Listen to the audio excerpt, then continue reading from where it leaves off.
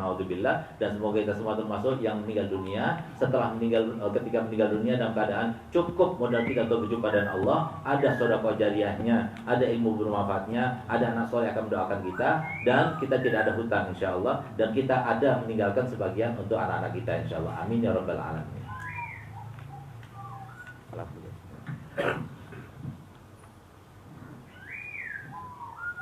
Jamaah Majelis Subuhan Al-Usra yang dimuliakan Allah. Untuk selanjutnya adalah dialog interaktif seperti biasanya. Yang pertama adalah akan disampaikan oleh guru kita Ustaz Nurholis Mustari. Assalamualaikum warahmatullahi wabarakatuh. Itu ada ijazah ilmiah dari Al-Habib Muhammad bin Alwi Al-Maliki. Kedua dari Syekh Yasin bin Isa. Itu Mas Omar itu. Itu saya tanya, apa itu bisa langsung kita ajarkan? Bisa ya, insyaallah mudah-mudahan. Kedua, tadi Al-Habib mengatakan talbis iblis, masalah utang piutang. Ya Allah, ini susah betul itu. Kemudian masalah talbis itu apa ada Habib? Dulu saya pernah baca karangan antum, ya, masalah warisan. Ini yang saya kepingin ketahui ya. Demikian itu pertanyaan saya. Tolong sudah disampaikan.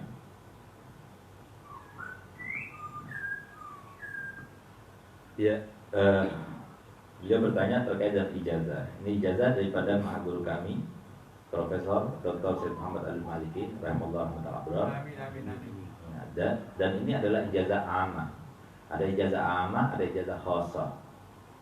Ijazah ammah itu adalah ijazah yang untuk mengkaitkan kita dengan para guru-gurunya. Jadi coba lihat, kalau kita buka ijazah ilmiah ini, maka di situ akan disebutkan, dituliskan guru-gurunya terus sampai kepada Nabi Muhammad SAW. Nah inilah keunggulan ilmunya para kiai, keunggulan ilmunya para habaib. Mereka itu bukan cuma mengajar, ya, tapi mereka itu mengajarkan, mempraktekkan, dan menceritakan tentang terkait dengan amaliyah para guru-gurunya itu. Dan itu terus bersambung. Jadi apa yang dilakukan itu bukan cuma teori, tapi praktek yang mereka lihat langsung dari para guru-gurunya. Itulah keunggulan ilmu daripada para ulama, para kiai, para habaib, para asatidz yang punya ijazah semacam ini gitu. Nah, cuma ada ijazah khassah, ada ijazah ammah. Ijazah khassah setelah itu belajar, ya, menghatamkan kitab, kemudian kitab itu diijazahkan. Dia baca rotib, ya, kemudian rotib itu diijazahkan. Setelah baca di depannya beliau, dia baca musnad hadis, misalnya kitab kutubus sittah misalnya sampai habis, baru kita diijazahkan. Itu ijazah khassah itu namanya. Musafahah, dia lakukan musafahah, baru kemudian diijazahkan. Itu ijazah khassah. Nah, tapi ijazah ammah seperti ini, tetap bermanfaat.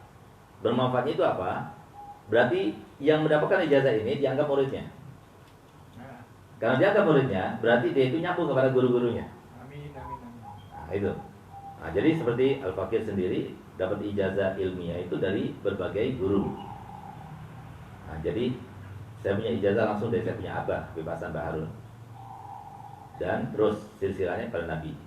Lalu kemudian dari Abu Yazid Muhammad Al-Maliki, dari Habib Zain bin Smith Madinah, dari Habib Salim Syadri, Habib Umar bin Hafid, Habib juga ada Segaf. Alhamdulillah kita termasuk langsung. Padahal juga ada Segaf ini termasuk gurunya, guru daripada guru saya, tapi ijazah ammah, bukan ijazah khassah. Jadi kalau kita pernah berjumpa dengan beliau, lalu kita mendapatkan ijazah langsung daripada beliau, langsung ya, dengan kata-kata. Tapi ijazah ammah karena tidak pernah belajar baca kitab sampai selesai gitu. Nah, tapi termasuk nyambung gitu. Nah, kemudian dari Habib Hamid Albar, dari Habib Bakar atau Habsi dan lain sebagainya. Nah, maka itu dari versi-versi yang berbeda itu berbeda juga. Tapi nanti ada yang satu. Jadi seperti apa? Seperti saya lewat Habib Zain itu dari Habib Zain itu ke Habib Umar bin Ahmad bin Smith. Nah, kemudian dari Habib Umar kepada ayahnya Habib Muhammad bin Habib. Dari Habib Ghadir kepada Habib Ahmad Segaf langsung. Nah, jadi Habib Ghadir juga ngambil daripada Habib Umar bin Ahmad bin Smith. Nah, nanti dari Habib Ahmad bin Smith ada yang Habib Rahman Segaf, Habib Ghadir Segaf. Ada Habib Muhammad bin Habib, ada Habib Salim bin Habib, kakeknya Habib Umar bin Habib. Ada Habib Abdullah bin Umar Syadri. Nah, itu ada dari satu rating itu ada sekian. Nah, itu tulis semuanya itu. Tulis. Nah, sehingga beruntung kalau kita itu belajar pada seorang kiai, seorang habib yang ada sanadnya sampai kepada Nabi Muhammad SAW. Karena abauka salasa, ayah kamu itu ada 3. Abuka alladhi waladaka, abuka alladhi tazawwajta binta, wa abuka alladhi allamak. Wa khairuhum, yang paling baik di antara mereka itu abuka alladhi allamak, yang mengajari kamu. Nah, berarti apa? Ayah kita. Berarti kita itu menyambung nisbah ilmiah walaupun bukan nasabiyah.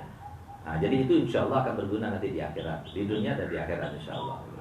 Nah, kemudian ya boleh kita terapkan ya kalau semua diberikan ijazah yang umum seperti ini, umum semuanya, ijazah dakwah, ijazah baca kitab, baca wirid dan sebagainya, berarti boleh dijazahkan. Berarti ijazah beliau ini termasuk nyambung pada Sayyid Muhammad. Mana buktinya? Ah, ini buktinya. Gitu. Nah, kemudian kalau seumpama ijazah khassah itu tidak akan didapatkan kecuali setelah baca kitab, setelah langsung berkoneksi dengan yang bersangkutan, syekh tersebut gitu ya. Itu ijazah khassah. Nah, kemudian yang terkait dengan warisan, tata pembagian warisan itu, memang kalau masalah warisan itu satu-satunya syariat yang sulit untuk kita gambarkan. Selain panjang, ruwet, rumit, ya. Makanya dikatakan oleh para ulama, pertama kali ilmu yang dilupakan, yang paling cepat dilupakan itu adalah faraid. Karena Nabi SAW bersabda, awwalul ilmin yurfa. Pertama kali ilmu yang akan diangkat itu. Nah, tapi jangan khawatir, bukan berarti ahli faraid cepat matinya enggak. Karena disebutkan fa amma ma yanfa'un nas fa yamkusu fil ardh. Yang bermanfaat pada manusia sekarang paling sedikit, paling jarang ahli faraid. Insya Allah panjang umurnya. Amin, amin, amin. Nah, itu aja. Karena dibutuhkan banyak orang. Gitu. Nah, jadi memang sulit untuk digambarkan bagaimana bentuknya dan sebagainya. Ya, ambil satu contoh seperti kalau seumpama ada seorang meninggalkan istri ya, kemudian anak 3. Berarti anak laki 2, anak perempuan 1 misalnya. Maka cara pembagiannya itu nanti istri 1/8 kan ada anak. Berarti asal masalah dari 8. 1/8 dari 8 1 untuk istri, sisa 7. Nah 7 untuk 3 anak, 2 laki 2 perempuan. Berarti kepalanya yang laki dihitung 2. Berarti berapa? 5. 7 sama 5 tabayun. Kita ambil kepalanya semua, taruh di atas. 5 kali 8 sama dengan berapa? 5 kali 8 40. Berarti 1 kali 5 itu bagiannya istri. Berarti sisa 35. 35 bisa nggak dibagi 5 sekarang? Bisa. Berarti berapa? 7 untuk bagian anak perempuan, 14 masing-masing untuk anak laki-laki. Nah, sekarang berapa harta yang ditinggalkan? 1 miliar. 1 miliar dibagi 40. Berapa hasilnya? Sekian. Kalikan 5 itu bagian istri.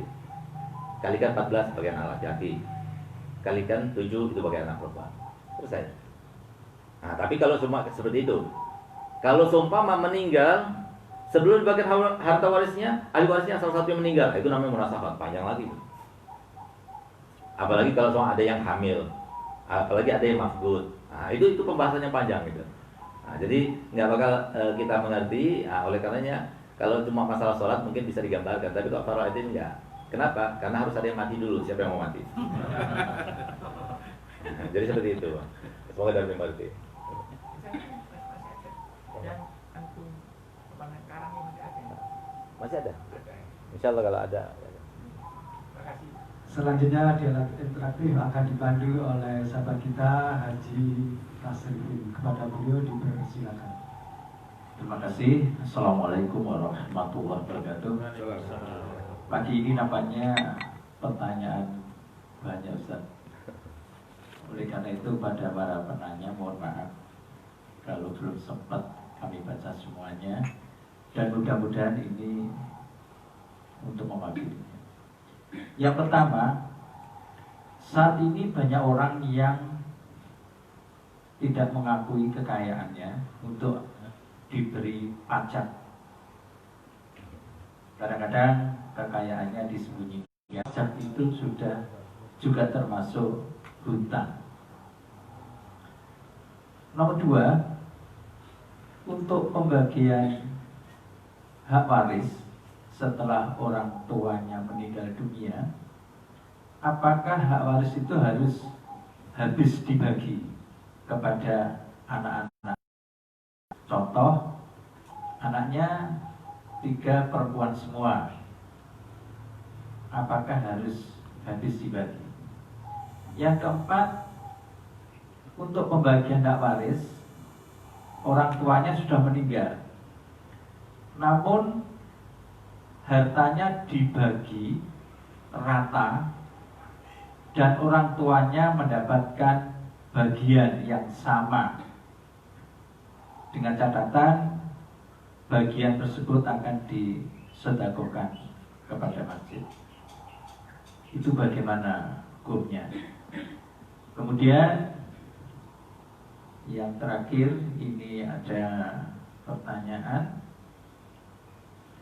Seorang laki-laki ditinggal wafat istrinya. Orang tersebut punya 3 anak. Dalam 6 bulan berikutnya, sang ayah tadi nikah lagi dan punya anak lagi. Sang ayah dan istri yang barunya menempati dan menggunakan fasilitas rumah kekayaan dengan istri yang lama, dan sampai saat ini tidak ada pembagian hak gonogini. Bagaimana saran Habib sesuai dengan syariat Islam? Haramkah bagi istri baru yang ikut menikmati fasilitas peninggalan yang lama? Yang terakhir, iya masih terakhir ini. Banyak ini. Saat orang tuanya meninggal, ada orang yang menagih hutang. Untuk membuktikan hutang itu bagaimana? Padahal ketika ayahnya hutang tidak ada tanda bukti kwitansi. Terima kasih. Assalamualaikum warahmatullahi wabarakatuh. Pajak. Ya, jadi pajak itu ya, mungkin kalau dicari-carikan dalilnya wajibnya itu cuma 1 kali ya. Ati Allah wa Rasulah wa ulil amri minkum. Jadi kalau semua tanpa pajak, yang bayar gaji pegawai siapa gitu.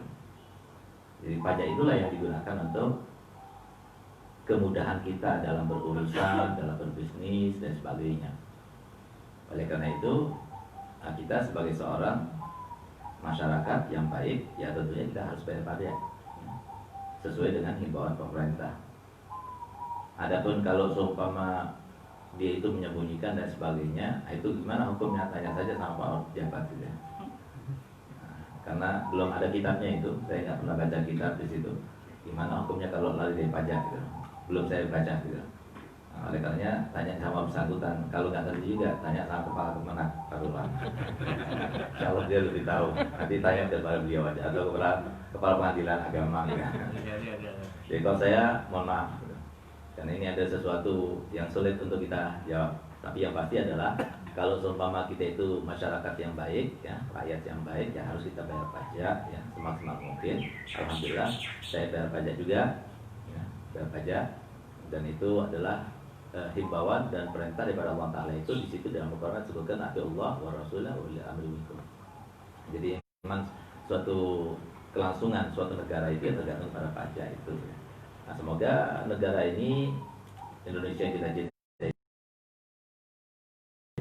Bapak Presiden Jokowi yang kita hormati, kita muliakan, dapat solusi untuk lah, gitu ya, tidak semakin membesar yang memberatkan kepada masyarakat kita. Semoga itu yang kita harapkan itu seperti itu saja, karena kita lihat masyarakat sekarang ini sulit sekali. Makanya kenapa kok harus pakai sembunyi-sembunyi gitu, disembunyikan dan sebagainya. Nah, berarti mereka itu kan merasa berat gitu.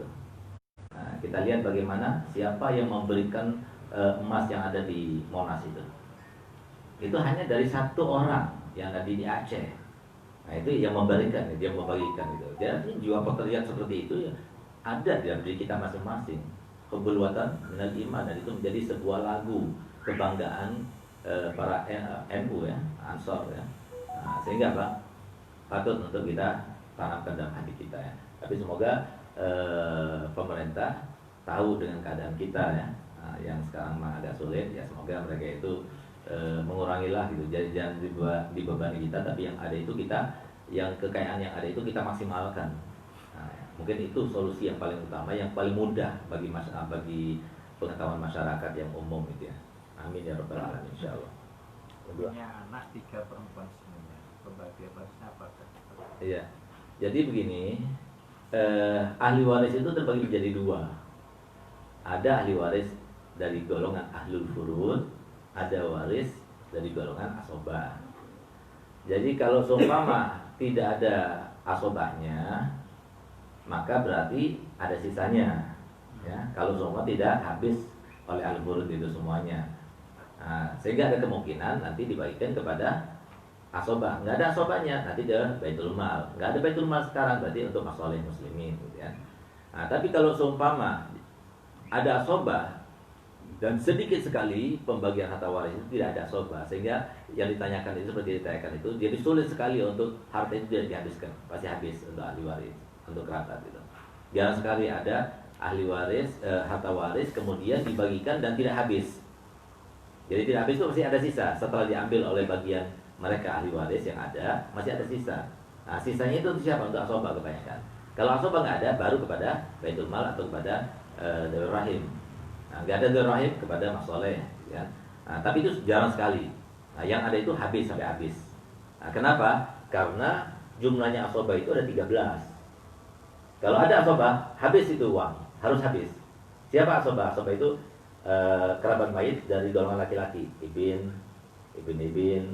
ab, jad, asyakik, ahli ab, ibn asyakik, ibn ahli ab, amsyakik, amli ab, ibn amsyakik, ibn amli ab, dan seterusnya. Wensapul itu sampai ke bawah, sampai ke atas sama.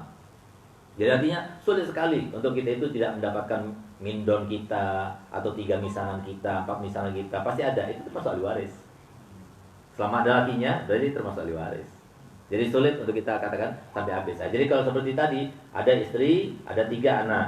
Nah, berarti apa? Istri 1/8, anak 2/3. Berarti 2/3, 3 mahrajnya 1/8, 8 mahrajnya. 8 sama 3 tabayun, berarti kita kalikan 24 asal masalahnya. 24 1/8-nya 3 untuk istri. 2/3-nya 16. 16 tambah 3 berapa? 19. Berarti sisa berapa?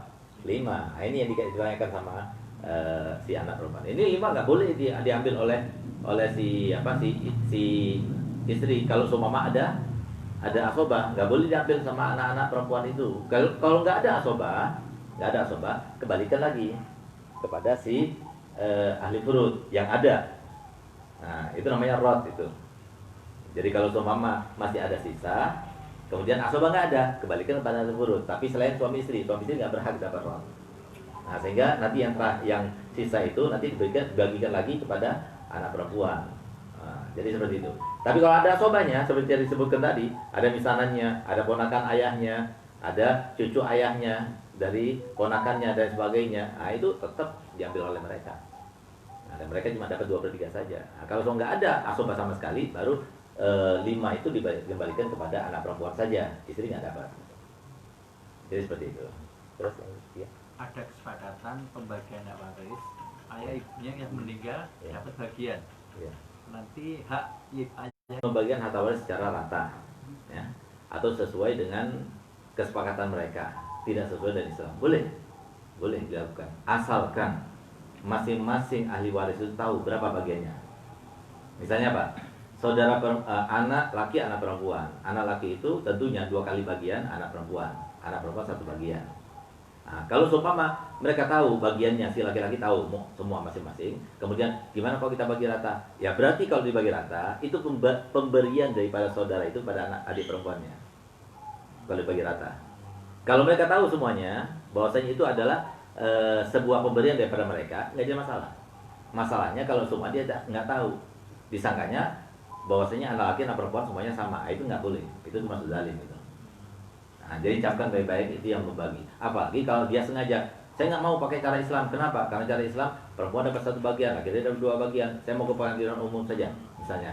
Nah, berarti apa? Wa man lam yahkum bi ghairi hukmillah fa alaihi lanatullah wal malaika wan nasi ajmain. Dan barang siapa yang tidak menghukumi sesuai dengan hukum Islam, hukum Allah, maka atasnya laknat Allah, atasnya laknat malaikat, atasnya laknat semua manusia. Nah, hati-hati, makanya bagi para hakim hati-hati. Ya. Nah, jadi samping saya juga hakim, tapi alhamdulillah hakimnya hakim pengadilan agama. Gitu. Nah, coba harus kita hati-hati betul ya, hati-hati karena memang terkait dengan haknya orang itu nggak mudah. Sampai Nabi SAW sendiri mengatakan, aku ini adalah manusia biasa, aku ini memutuskan sesuai dengan fakta yang ada. Nah, oleh karena itu, kalau seumpama ada yang tidak seperti fakta yang disebutkan itu, maka aku mohon maaf kepada Allah. Nabi Muhammad seperti itu, apalagi seperti kita. Jadi artinya harus berhati-hati kita kalau terkait dengan haknya orang.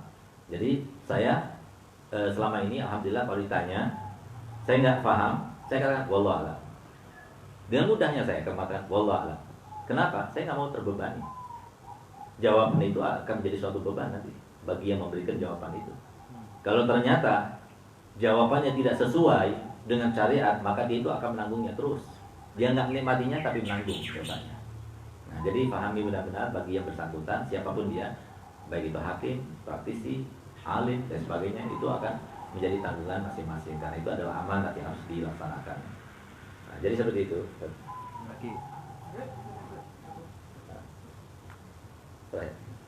Jadi insyaallah pertanyaan yang belum dijawab ya bisa kita tanyakan setiap malam. Alhamdulillah kami membuka pengajian online setiap jam 8 kecuali hari Ahad yang ada al-busranya malamnya nggak ada.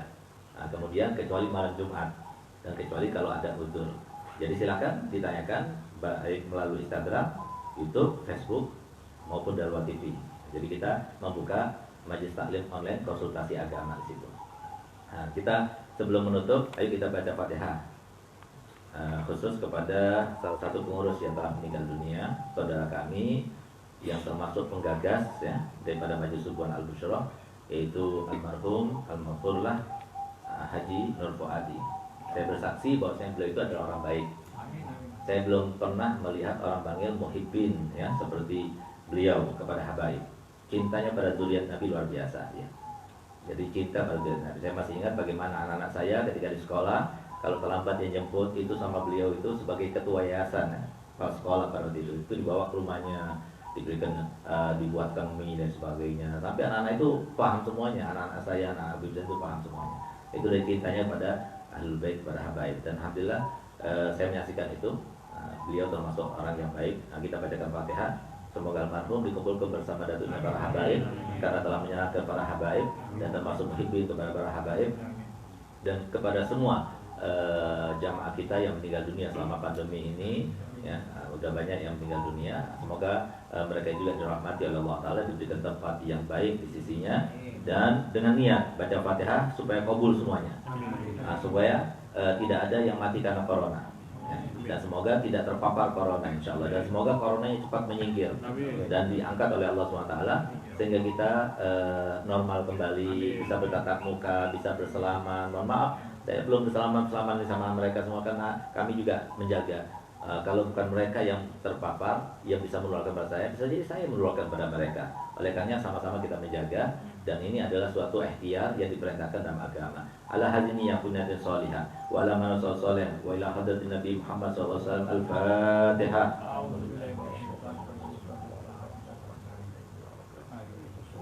Ya Rabbana i'tarafna bi annana i'tarafna wa annana asrafna ala laqad asrafna fatub alaina tauba taghsil kulla hawba wastur lana awrati wa amin rawati waghfir liwalidina Rabbi wa mauludina wal ahli wal ikhwani wa sairil khillani wa kulli dhi mahabba aw jiratin aw suhba wal muslimina ajma amin ya rabbi أسمع فضلا وجودا منا لا باكتساب منا بالمصطفى الرسول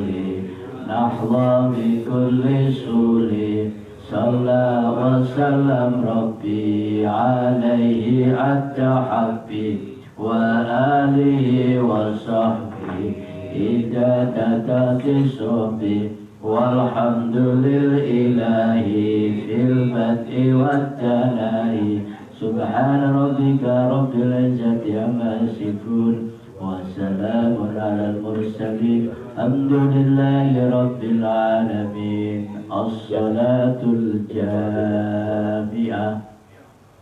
Kursi